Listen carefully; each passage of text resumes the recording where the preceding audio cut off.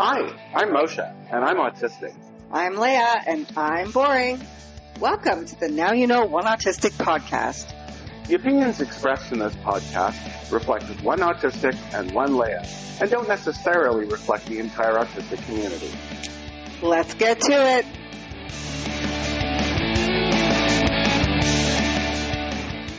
Hi, Moshe. Hi, Leah.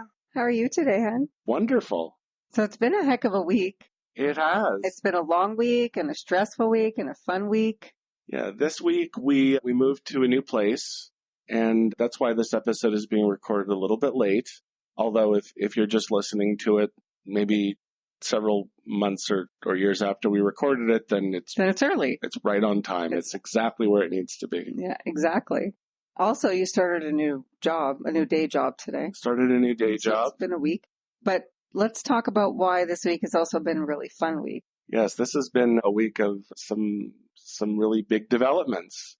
Besides the new place to live and the new job, we have our first new sponsor and our first sponsor since we started the podcast. Yeah, so we're talking about ARK Therapeutic. What do they specialize in? So ARK Therapeutic specializes in sensory chew toys that help with chew stims and eating and drinking difficulties, texture sensitivities. It's just speech therapy. It's just an amazing company, and we're lucky and very grateful to have their sponsorship. ARK Therapeutics. We'll talk a lot more about them later on in the episode, but for right now, I do want to thank our new sponsor, ARK Therapeutics, who gave us a bunch of goodies this week. Yeah, so what they did was, and you can see the video, is it on our Instagram or YouTube? It's on our YouTube. I think there's a quickie, like TikTok short or something. There's like a short that I was able to upload to our TikTok and our Instagram, but the full video episode of it, the kids unboxing the toys, and we talked about them, and you saw all the different things that ARK Therapeutic sent us that can be found on our YouTube page.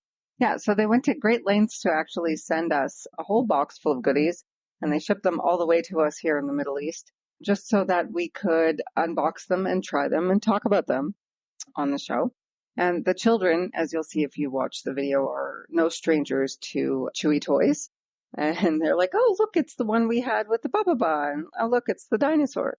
Reason being because Avram has been an avid chewer since, I think, before he had teeth. Yeah. Big drooler, big chewer. If he doesn't have a chew stim toy with him, he'll chew on anything. His shirt, his headphones, your fingers. For people that are not necessarily as familiar with stims, particularly oral stims, there's definitely a need to chew that a lot of people, particularly autistics and other neurodivergents and a variety of other kinds of people, will do. And it's done for a variety of reasons. And I mean, if you think about having a baby that's currently teething and then they're chewing on everything to help with that, it's like that, except it continues right up until you're my age. Actually, there's some studies on that show that babies will generally grow out of that, but people with autism, I guess, or sensory delays won't. And that's essentially what that is. And we'll touch on that a bit. Also, there is a difference between all the other, I don't want to make ARK sound like all the other chewy toy companies out there, because there's a huge difference between this one and other ones that's actually important to us, and we'll discuss that in a bit. But first of all, I want to discuss why the need for oral sensory toys in general. So for the listeners out there who don't even know what a stim is, let's start at the basics. What's a stim? Right. So stim, which depending on who you ask, is short for stimulation seeking. I also read stereotypy, like stereotypical behavior. Stereotypical behavior for autistics or neurodivergents. Now, how can I best describe it? Repetitive body movements or repetitive movements. So neurodivergents and other autistics, or I should say autistics and other neurodivergents, will seek stimulation, and they will seek it to add something, but they will also seek it to relieve something. And depending on who you ask, there's actually a really, really cool comedian who's autistic who you can find his his material on YouTube. I forget his name. Oh, he doesn't stop moving, right? The one that just keeps moving around. Yes, his to use the old timey language, his act is quite blue. So if you have young children, or they're definitely PG at least, but he describes it like he has golden retriever energy all the time. And what he says is that when he gets nervous, which happens when you're up on a stage being stared at by hundreds of people, it causes this overwhelming sense of feelings. All these feelings rush into you, and you need to sort of relieve them. Right. So for autistics, this is another thing that maybe neurotypicals don't understand, is even good feelings can be really overwhelming. This Right. week, Moshe and Avram are both really out of sorts. They're both ecstatic to be here. We have a much better apartment now, but they're out of sorts just because even good feelings are completely overwhelming. Because when you say something like "I'm feeling overwhelmed," it instantly brings to mind Negative. negative. But in fact, one of the hallmarks of neurodivergence and neurodiversity in general is that you feel things a lot more than Right. your average So something that neurotypical. I've learned and that I have to do, and it actually worked retroactively with me, was that I had to learn it for Moshe and then I was able to apply it to Abram, was that if something looks negative or overwhelming, the only way that you can actually know if the person is having a positive experience or a negative one is to discuss it with them, to ask them and to communicate that. Because otherwise it can just look like it's a universally negative experience. Somebody like screaming, running around, flapping their hands, or just being really stressed about what was it that you were fixating on? A bread knife or whatever it was. It seems like a negative experience, but you have to drill down and ask them what the root of that is. And sometimes it's not negative at all. It's just a lot. Right.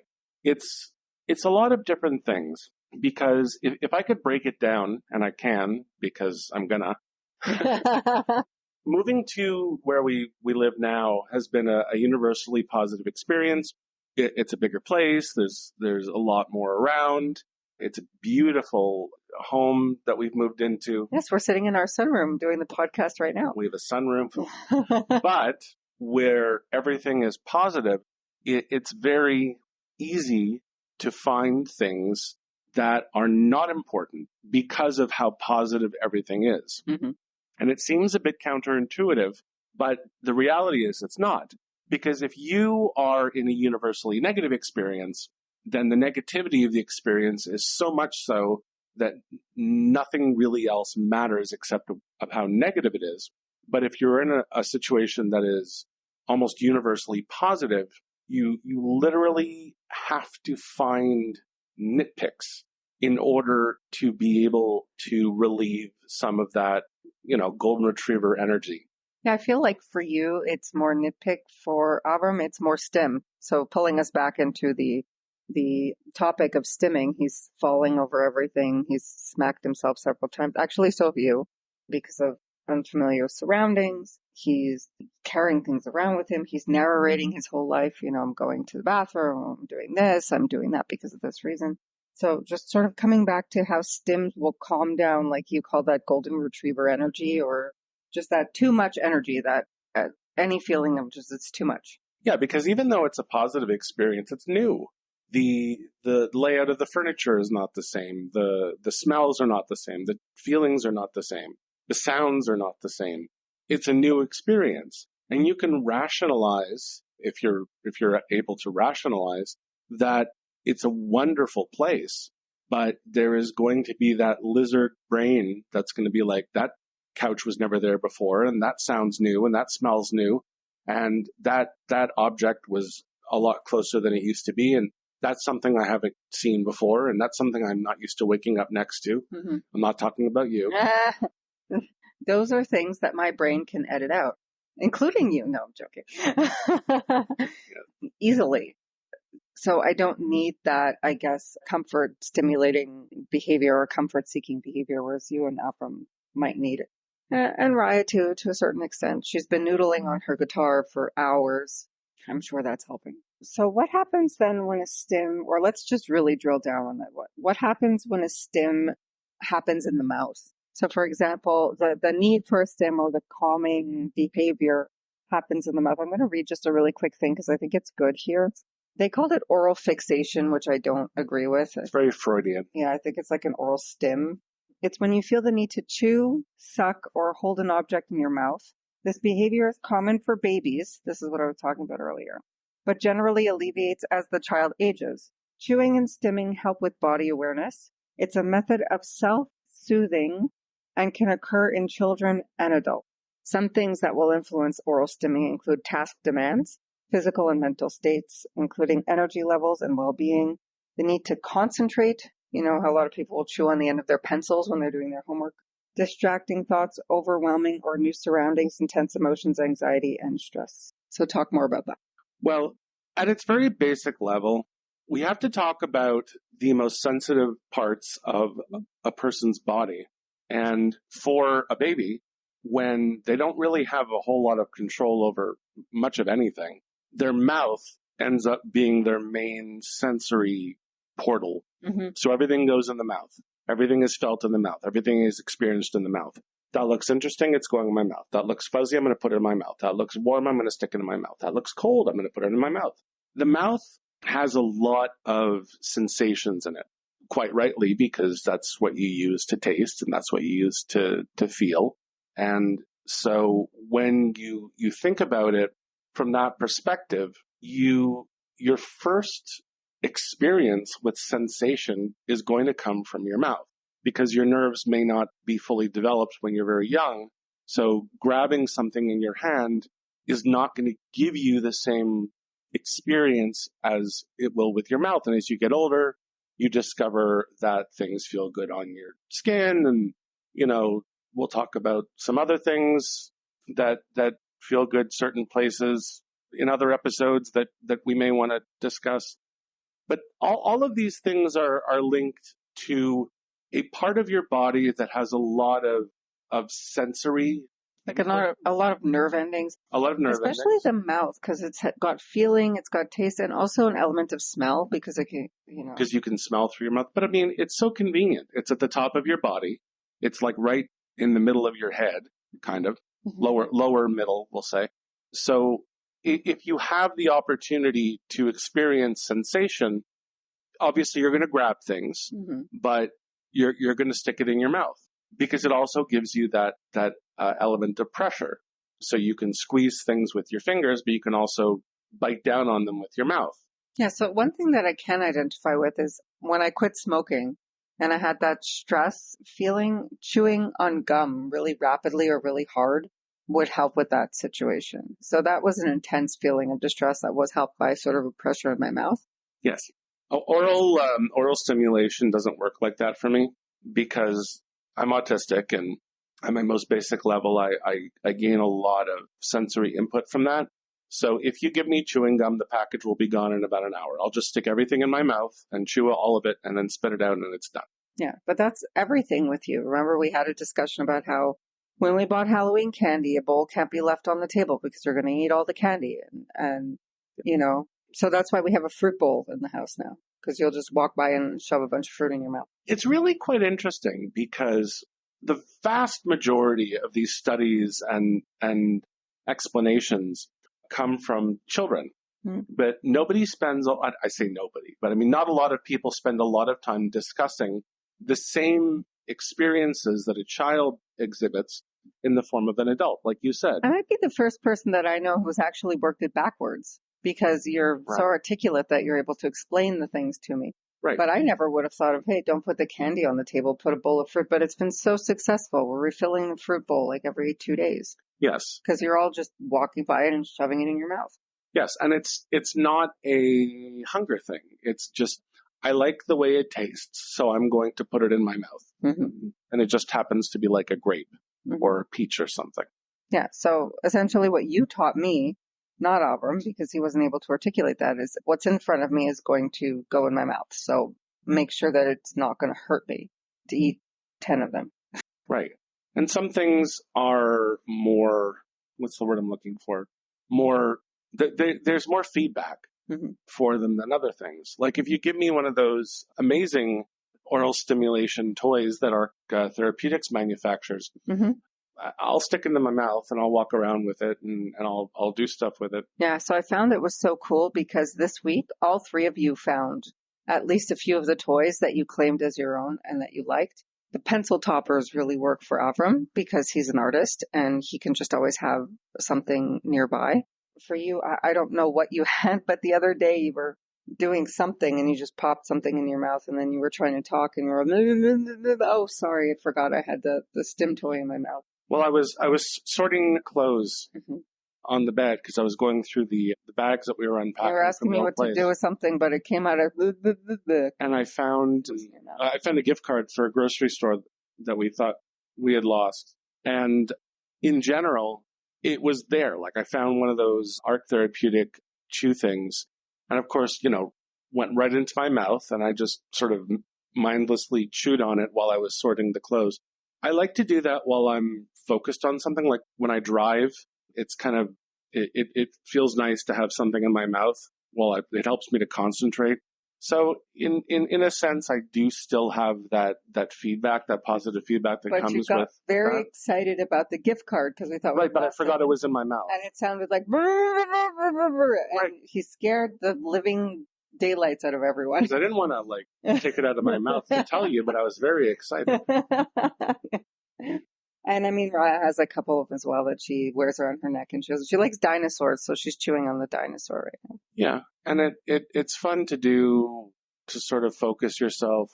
Avram does it a lot to soothe himself, whereas Raya and I are more about this is kind of concentrating. Yeah. It's just things that we do while we're doing something else, basically. Yeah. Avram has a higher need for chewing. That seems to be one of his main stims, whereas you two just sort of like it. It's fun. It's Which something is to do. why we were very excited about partnering with ARK Therapeutic. Absolutely.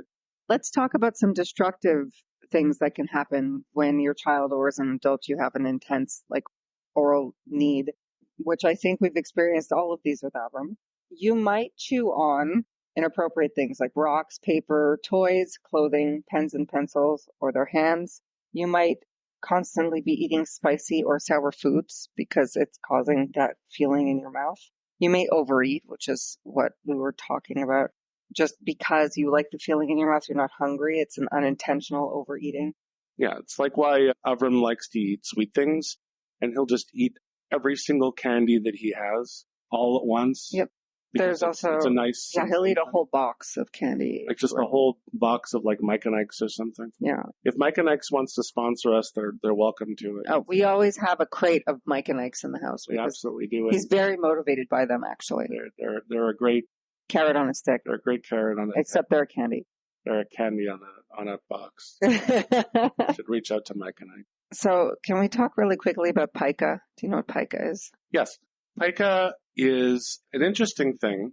My grandmother actually had it. I don't know if it was pica or she just thought she was a hamster, but she would constantly be putting things that she find on the ground or on the floor or on a shelf, and they would go right in her mouth, and then eventually she would stick it somewhere else. But a lot of children, what they like to do is that they see things and then they stick them in their mouth, and it can result in them actually harming themselves if they swallow. But they eat them, and sometimes to the exclusion of actual food. Yeah. So they're sensitive to food, but they'll eat something like soap or chalk or dirt because it doesn't cause their... It's got an interesting feel to them. Yeah. Because when you're talking about stims, you're not just talking about the reason why you do it, you're also talking about the things that you're seeking. And a lot of people who have an oral stim are looking for textures or tastes. And unfortunately, sometimes if they particularly like the feel or the taste of soap or sand or rocks or paper clips or coins or anything that they can fit in their mouth just to have an interesting taste. I don't like the taste of coins, but me neither. But maybe that's something. I mean, I've been known to taste a Play-Doh or two when I was young. I mean, I think everybody does it when they're young. Yes. The point is when it becomes problematic, like eating those things to the exclusion of foods, or children not knowing the difference between edible and inedible things. Right. Apparently, it's more common than I thought. Preschool-aged kids, so specifically 2 to 5 years old, were found to be affected up to 23% of the time in the autistic population. And it did go hand in hand with feeding difficulties. Right, because they're seeking textures or they're seeking tastes, either things that they do like or things that they don't like. And ARK Therapeutics actually makes a variety of different textures and tastes and feel of things. And if you have one of their toys that your child likes to chew on, they recommend that you can put like a food on it. Like you can dip something in peanut butter and have them sort of chew on that. And that's a way of getting it, or something that you want them to eat. So that's what I was going to talk about next, actually, feeding difficulties in general. You've had them, but when you were younger, essentially your parents didn't have patience for it, so you went the other way and you would literally eat anything. You became a really adventurous eater. Avram had them to the point where it became a behavioral problem. He wouldn't sit at the table. He'd make every mealtime hell. He would throw his food. He would gag. He would spit things out. And ultimately it, manifested into vomiting. And I took that seriously. I figured, well, somebody can't vomit on purpose. So if he's vomiting, then he can't handle the food. So essentially he was losing foods into the point where he was only eating like chicken nuggets, pizza, hot dogs, and fruit. I kept the fruit because I was like, he has to have some vitamins. And then you told me something else. So let's talk about that journey real quick in terms of feeding. And I promise it does come back to the toys because, as you said, the toys can be used as a tool to expose your child to more foods, which ultimately is the solution. So let's talk about what your solution was for Avram. And he doesn't really eat that much still. And he'll sometimes put aside especially vegetables, but he eats like basically everything now. So let's talk about how you did that.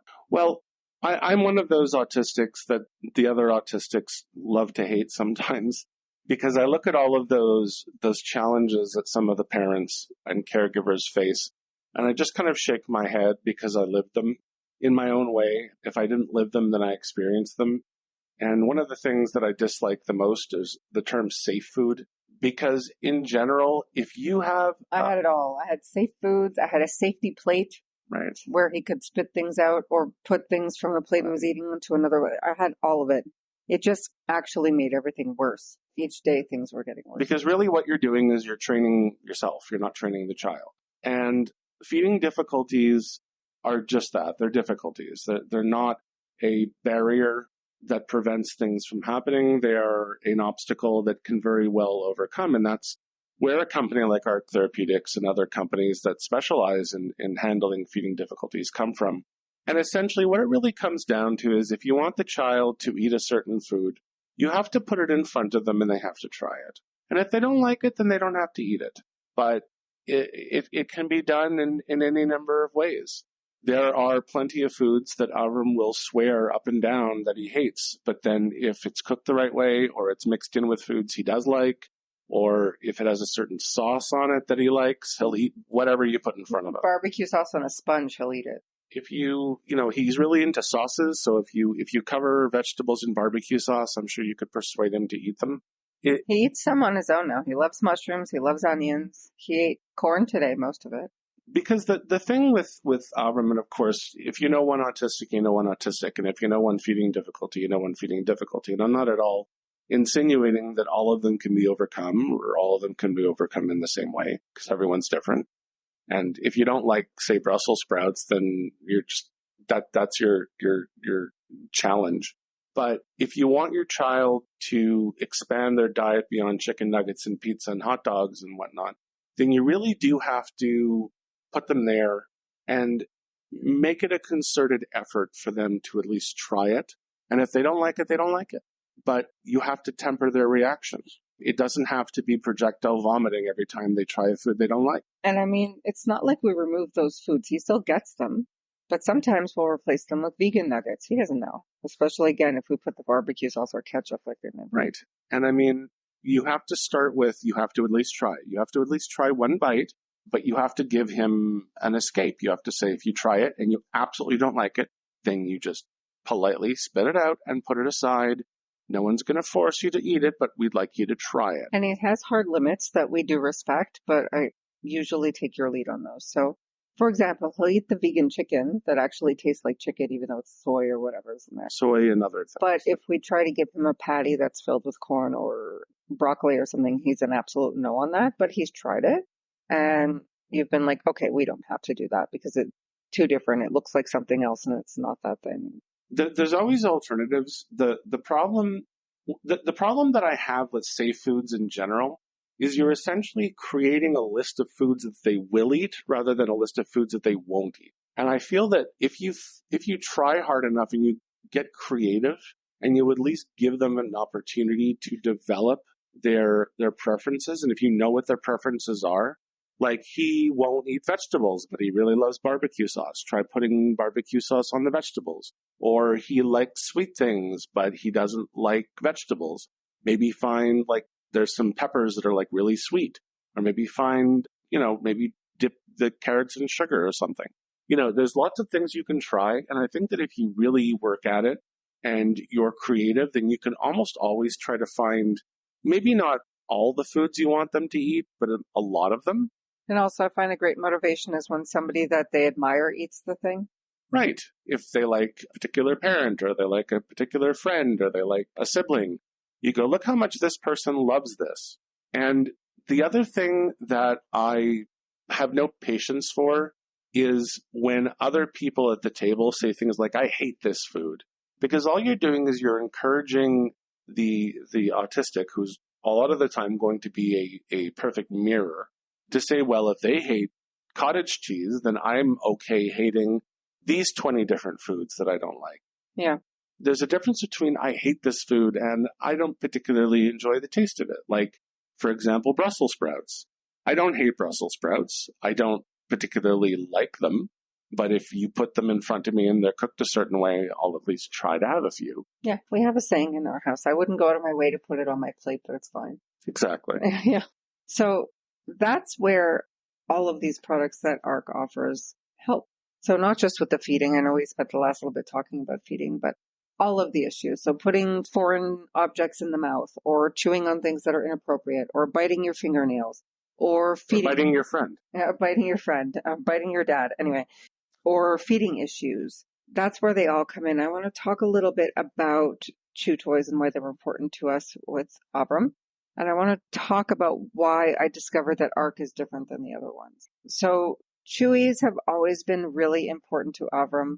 From the time he was a toddler, he was always covered in drool, like his entire front was always covered in drool. He was always chewing on his clothes, or he was always chewing on, I don't know, his friends or his toys, whatever he could get his mouth on. And it wasn't for any aggression or anything. It was always, his main stim seems to be in his mouth. That and like sort of moving around in general and falling over things, but that's maybe a different issue. So very early on, we seeked out things for him to chew on, and that's when I discovered jewelry. However, not all jewelry is made equal. So I spent a lot of money on toys that were not strong enough for his chewing level. By the way, we mean jewelry, the item, and not jewelry, the company. There is a company called jewelry. Yeah. So when I say jewelry, I mean the items. So bracelets or necklaces that you could wear that you can chew on. There is a company and a brand named Jewelry, but I'm talking about the items, not the company. And I spent lots of money on different brands and different companies, and none of them could stand up to his chewing strength, his chewing avidness, Avid chewing. That's chewing. Yeah. That's a term that ARK uses, which I very much like. For your avid chewer. So he would go through a stim toy a day, and then we'd have to sort of cut off the end because he was eating silicone. So that was where we had a difficulty, was he needed the thing, but he was destroying the thing. We got to the point where we actually considered getting him like a Kong dog toy because he was just destroying everything. They make these really great Kongs because if you have a dog that is a very strong chewer, like a pit bull or a boxer or something, there's these little black Kongs that are like super duper tough, made for like attack dog things. I mean, we couldn't bring ourselves to do it in the end, but we were considering it because he was just destroying everything. Pretty much. And then we found ARK Therapeutics. Right. And that's where ARK is different, because they will make every toy in one of 3 different toughness levels. And they will make each toy, I'm assuming also in each color and each theme. They have different colors, different themes, different shapes, different textures, different. But the one thing that I really like about them is they'll actually make every toy in all three toughness levels. Yeah. So those who have dealt with this before will understand. I feel like maybe we're an exclusive club, but maybe we're not. Let us know. We'll understand that sometimes you could get the tough toys, but not in the shape the child likes or the color the child likes, or they really want a dinosaur, but the toughness only comes in the donut. Exactly. And when I found ARK, that really spoke to me because there were so many times when everyone was like, I really just want a red spider. And it was like a light chewer level. And we were like, we can't get that for you. You're going to destroy it. And we felt so bad. Yeah, I mean, there are companies out there like Leia said, where we would go to the page for the tough chewers, and there was like 3 or 4 or 5 shapes. And even Avram, the tough chewers, he managed to yeah, get through it. and then Avram would be like, "But I want a dinosaur, or I want a Lego piece," and we were like, "Oh, the Lego pieces they're only for light chewers," and we were like, "Wow, this is so bad. Like, why can't my child have the texture and shape that he likes in the toughness that he needs?" Yeah. So that was for me a huge difference between ARK and all the other providers. And I'm very, very grateful to them for that. They do have 3 color-coded toughness levels from what I see here. They go from mild to moderate to avid, which Avram is avid in everything. Definitely avid. They have bracelets, pencil toppers, handheld options for people who don't like to wear things around their neck. But for those who do like the original concept of having it around their neck, they have those, pull release. The easy break necklaces. So if they pull on it, and what I really like about those necklaces, and it's just like it's a little thing, because all of these companies, of course, the ones that have the necklaces, they have the breakaway necklaces because they have to.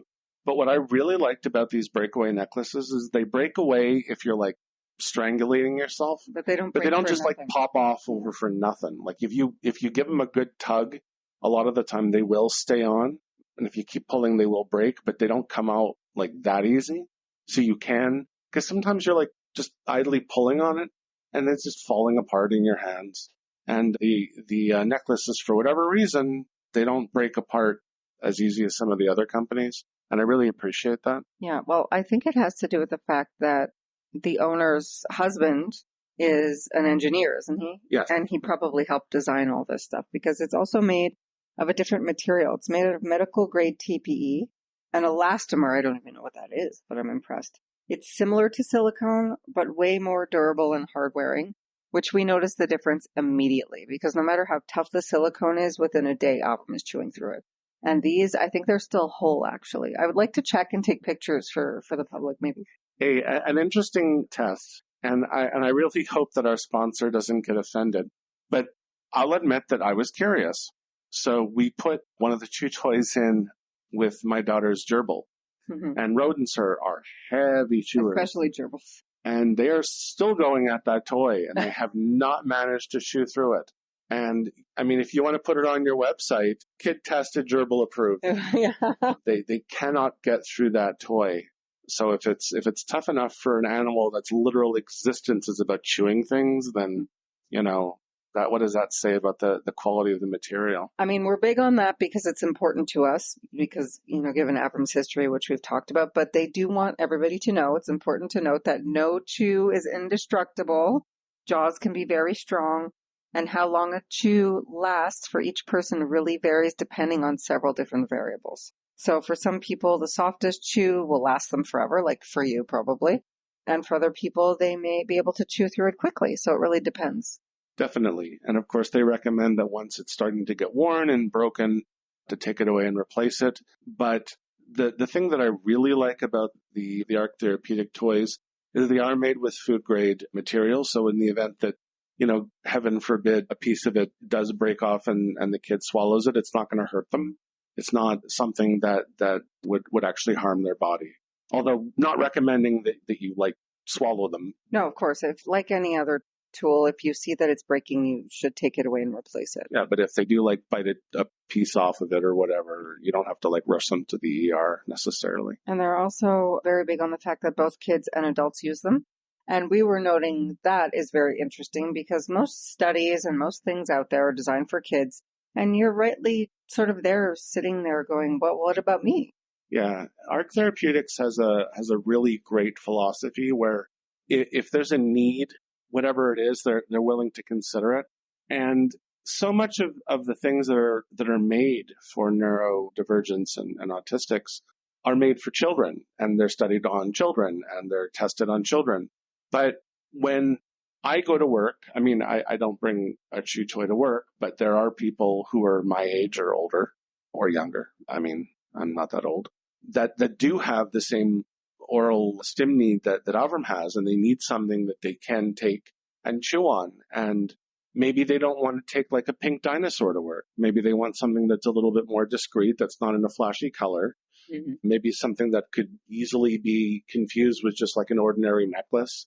And if they can discreetly chew on it if they need to, it's there. Yep. So they do suggest, even though it's for adults and children, that there's a minimum of 5 years. For sure. Which I think we can all agree with. And as you mentioned, adults might prefer one of their more neutral or discreet designs. Two that they specifically mentioned were the Crypto Bite and the Toothpick.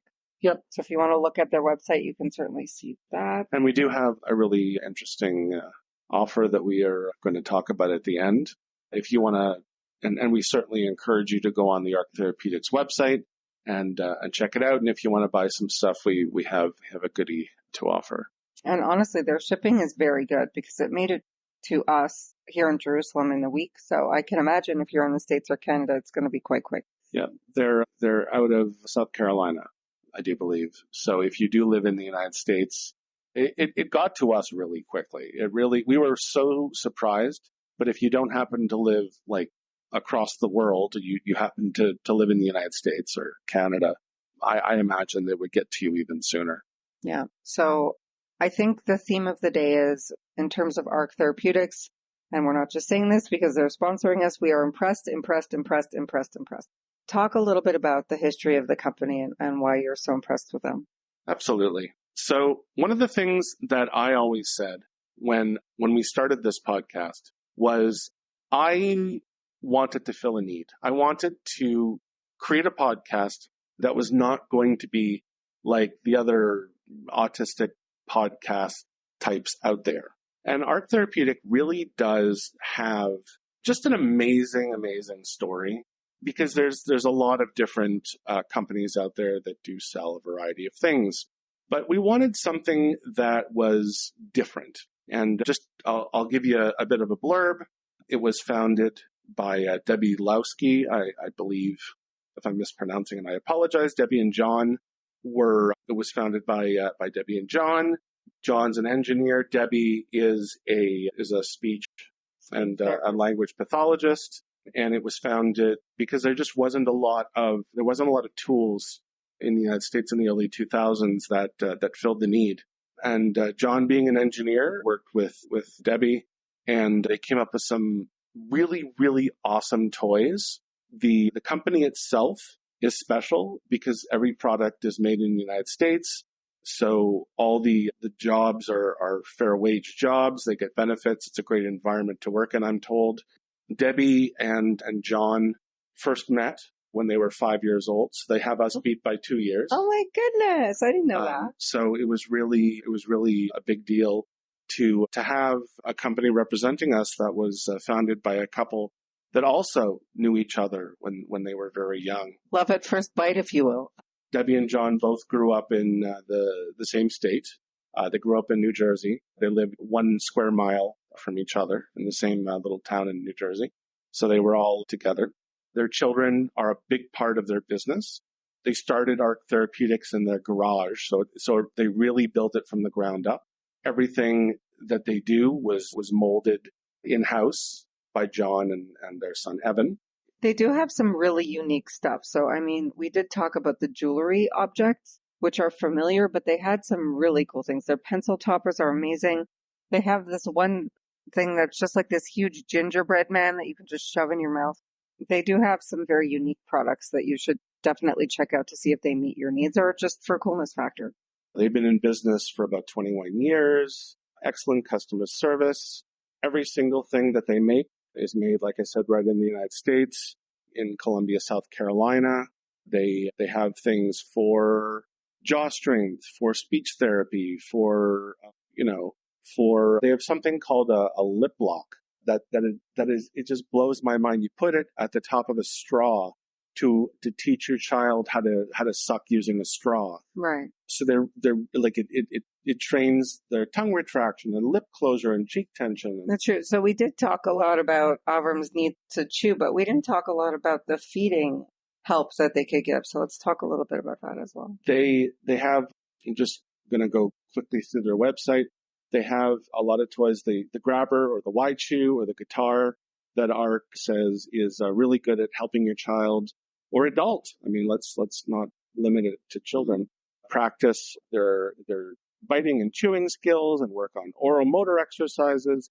Like I said, the lip lock, which you put into the top of a straw that helps your child learn how to suck liquid with a straw. Because when I was little, I'm pretty sure that I sucked up a few straws into my mouth. Like I can see that definitely. You see people like they stick the straw in the drink or whatever, and they just stick the straw in their mouth and drink it like nothing. But you don't really think of all the work with your tongue and your mouth skills, yeah. that goes into it, and that a lot of children do struggle with the concept of how they to use a straw. Mm-hmm. And this helps with that. They have the bear bottle, which is just a really fun way, if your child likes little animals, of having your child have a drinking bottle that they can look at as so cute.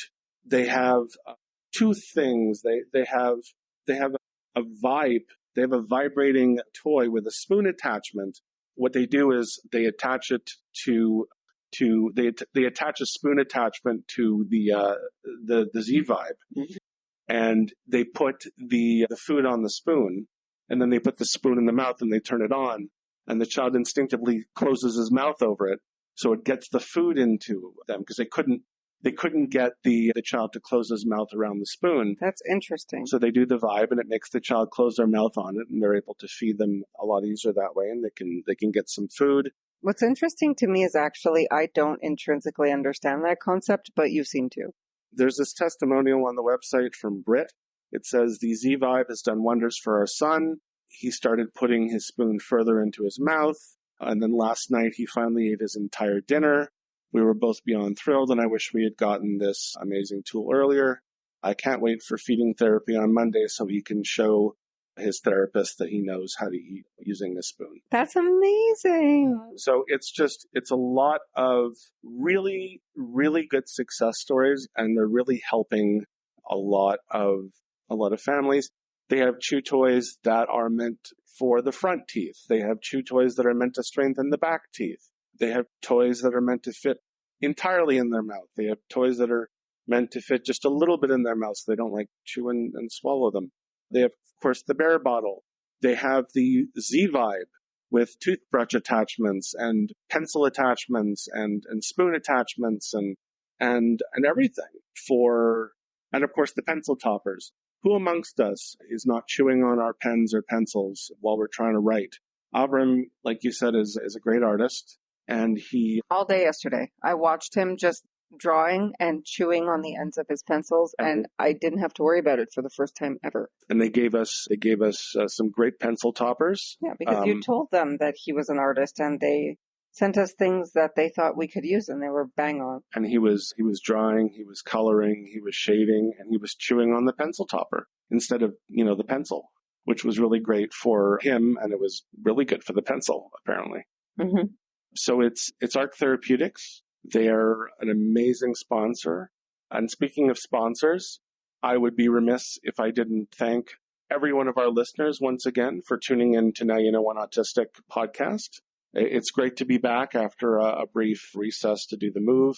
Thank you so much for all of your downloads, for all of your listening, for all of your sharing.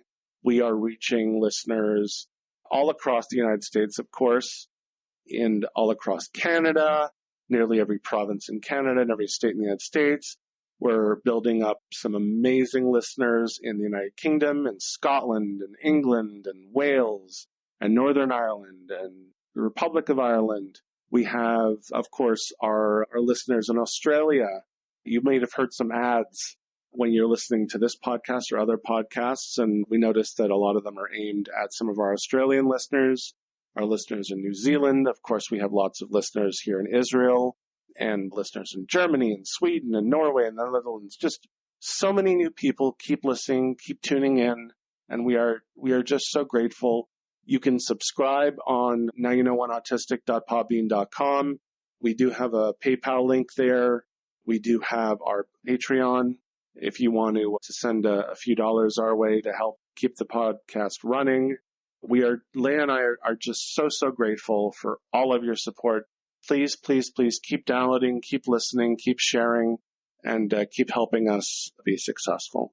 Absolutely. So back to ARK Therapeutic. I'm actually looking at the website now, and it strikes me actually how affordable, first of all, the tools are. Absolutely. And second of all, how they actually have instructions on how to use them, including helpful pictures and videos. Yes. For some of the items. So go ahead and check them out. I probably will be checking them out myself later because we may actually order despite having them sponsor us. We got a nice little gift package from them, but we are happy to give them our business. They are a great family-run company with some amazing products. And are we gonna give out the coupon now? Absolutely. And we should also put it on our website and all of our social media. Yep. So if you want to try out some of ARK Therapeutics products, you can go to their website. Just Google search ARK Therapeutics or Therapeutic. I keep adding the S at the end. It's ARK Therapeutic. And if you enter the coupon code NOWYOUKNOW10, when you check out, you'll get 10% off the order. And that coupon code is going to be working, I've been told, until at least the end of the year.